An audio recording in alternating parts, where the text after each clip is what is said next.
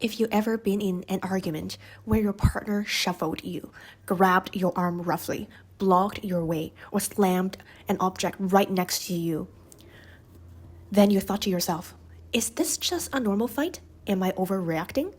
Is this even considered abuse? This video is for you. I'm speaking from my own life experience. I didn't fully accept I was in a domestic abuse relationship until I have been physically harmed numerous times. It started so small, so gradual, that I spent months making excuses for every single red flag.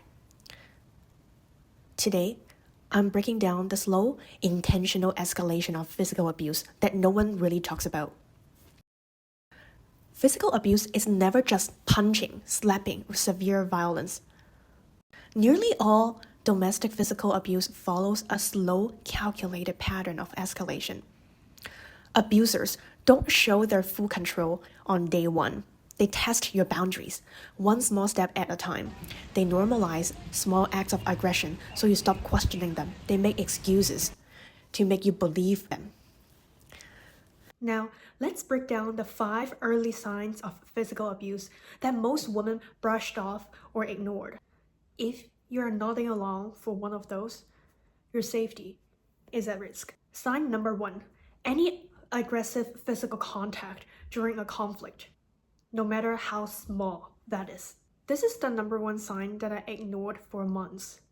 A slight shove during a fight, or a rough grab of your wrist to stop you from leaving, or yanking your arm to pull you closer, blocking the doorway so you can't leave. Here's the non-negotiable truth.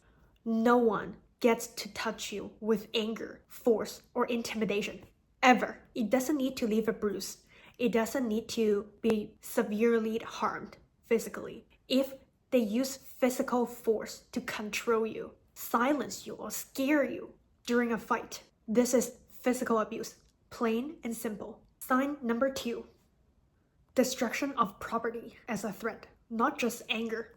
Slamming doors so hard, throw your phone, throw an object near you, punch the wall, break the furniture, and breaking things right in front of you. This is not losing their temper.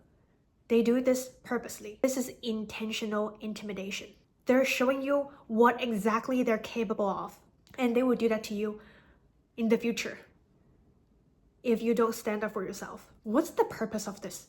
They want you to fear them. They want you to stay quiet. They want you to comply. They don't want you to discuss this topic anymore. And this is a test. They're trying to test your boundary. It will always escalate to you, not just the object. Sign number 3, they blame you for physical aggression. This is the most classic manipulation tactic of abusive people. If you say you get scared, you get hurt by their outburst, they would say it's your fault. You made me do it. If you hadn't talked that back, I wouldn't do this. You started this fight. Listen, healthy people do not hurt others because they're upset. If you're not happy with the question, just say it. You don't have to scare me. You don't have to intimidate me. Healthy people take responsibility for their actions, but they would never be sorry for their action. They would always say excuse, try to blame that on you. Sign number 4, you start walking on eggshell to avoid the physical reaction. You stop disagreeing. You hold your opinion back because you're afraid you say the wrong word, they're gonna be very angry at you again. You apologize for things you didn't do. If you're living the fear of someone's physical response to you, this is not a healthy relationship.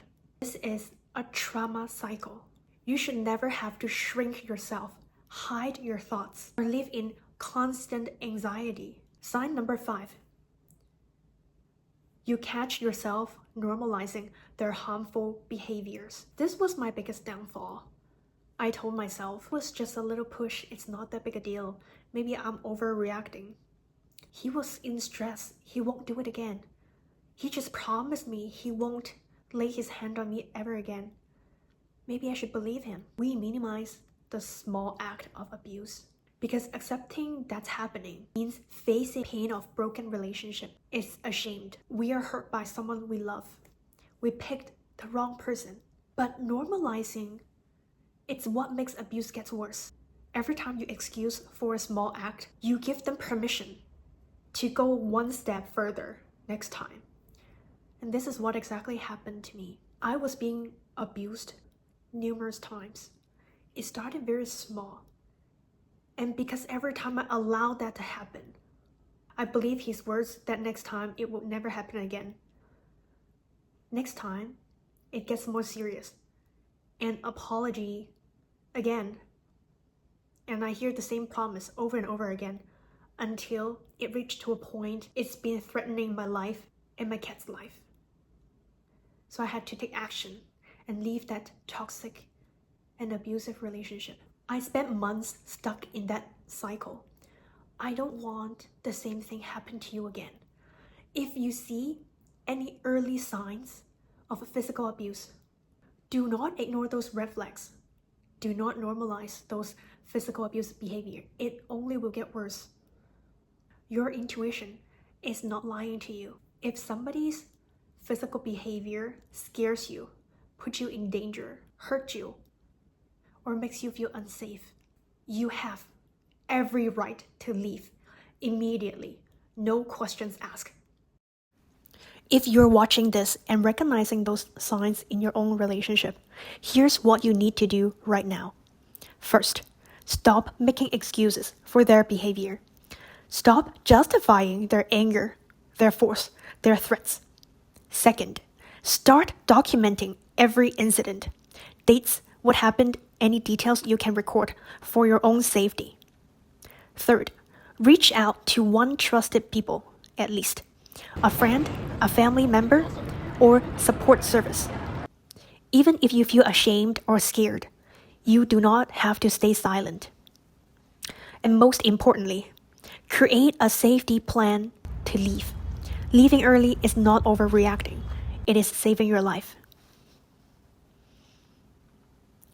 You're not overreacting. You're not dramatic. You do not have to endure any form of physical fear or harm in the name of love.